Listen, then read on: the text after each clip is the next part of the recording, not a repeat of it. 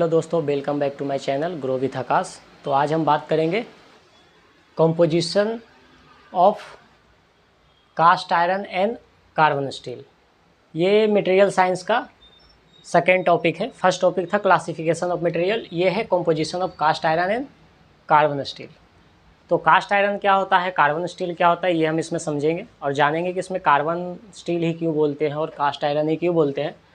तो इसमें कुछ एक्सप्लेन किया हुआ है कि carbon steel, cast iron and carbon steel both are the carbon alloys. Iron carbon alloy है but they are significantly different carbon content. Carbon steel and cast iron दोनों carbon alloy है, पर दोनों का जो कार्बन कंटेंट है, जो carbon composition है, जो या बोल सकते हैं कि दोनों में जो कार्बन का मिक्सचर है या प्रेजेंस ऑफ कार्बन है वो डिफरेंट है। There properties, cast iron content a higher percentage of carbon. तो जो कास्ट आयरन है उसमें percentage of carbon carbon steel से ज़्यादा है। तो कार्बन स्टील का कंटेंट ज़्यादा होने के वजह से या कार्बन का जो परसेंटेज है कास्ट आयरन में वो ज़्यादा होने की वजह से क्या क्या उसमें चेंजेस आएंगे, क्या मैकेनिकल प्रॉपर्टीज चेंज आएगा, क्या उसकी जो ड्यूरेबिलिटी होगी, उसके यूजेस होंगे, उसमें और क्या क्या कंपोजिशन या अदर मेटल्स यूज़ कर सकते हैं या कंपोनेंट्स यूज़ कर सकते हैं। तो दोनों को अलग अलग समझेंगे। कास्ट आयरन क्या होता है और कार्बन स्टील क्या होता है, क्या कार्बन कंटेंट है और उसकी क्या प्रॉपर्टीज़ है, क्या एलिमेंट्स है, क्या यूजेस हैं, क्या एप्लीकेशंस है, ये सारी चीज़ें हम एक एक करके समझेंगे। तो cast iron content is a higher percentage of carbon. तो हायर परसेंटेज ऑफ कार्बन में 2% to 4%, मतलब इस कास्ट आयरन में जो कार्बन का परसेंटेज है वो 2 to 4% है। कॉमन एलिमेंट्स इसमें क्या क्या आएगा, iron carbon and silica both are primary components.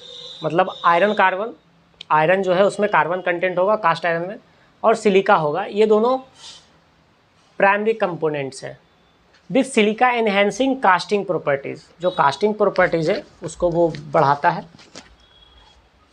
Other elements में आएगा इसमें मैग्नीज, सल्फर, फास्फोरस में भी present in impurities.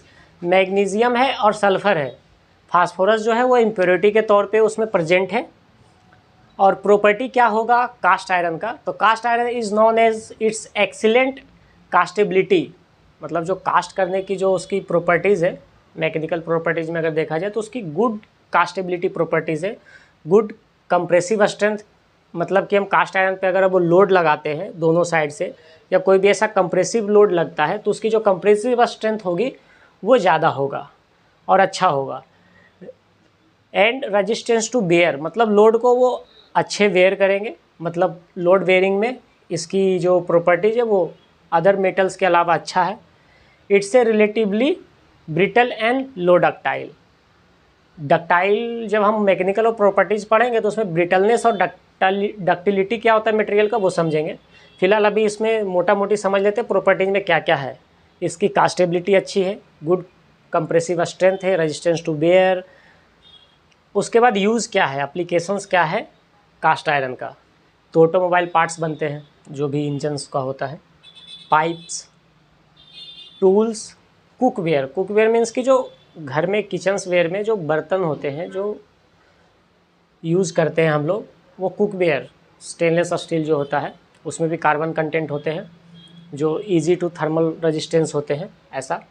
Engine parts, structural component. Structural components means कि जो स्टेयर्स बनते हैं, उसके जो रेलिंग्स बनते हैं, वो सारी चीज़ें और भी है। कास्ट आयरन वैसे बहुत वाइड रेंज में इसको यूज़ करते हैं। तो अभी हम ये समझ गए कि कास्ट आयरन होता क्या है, उसकी क्या एलिमेंट्स है, क्या कंपोनेंट्स है, क्या प्रॉपर्टीज़ है, क्या यूजेज है।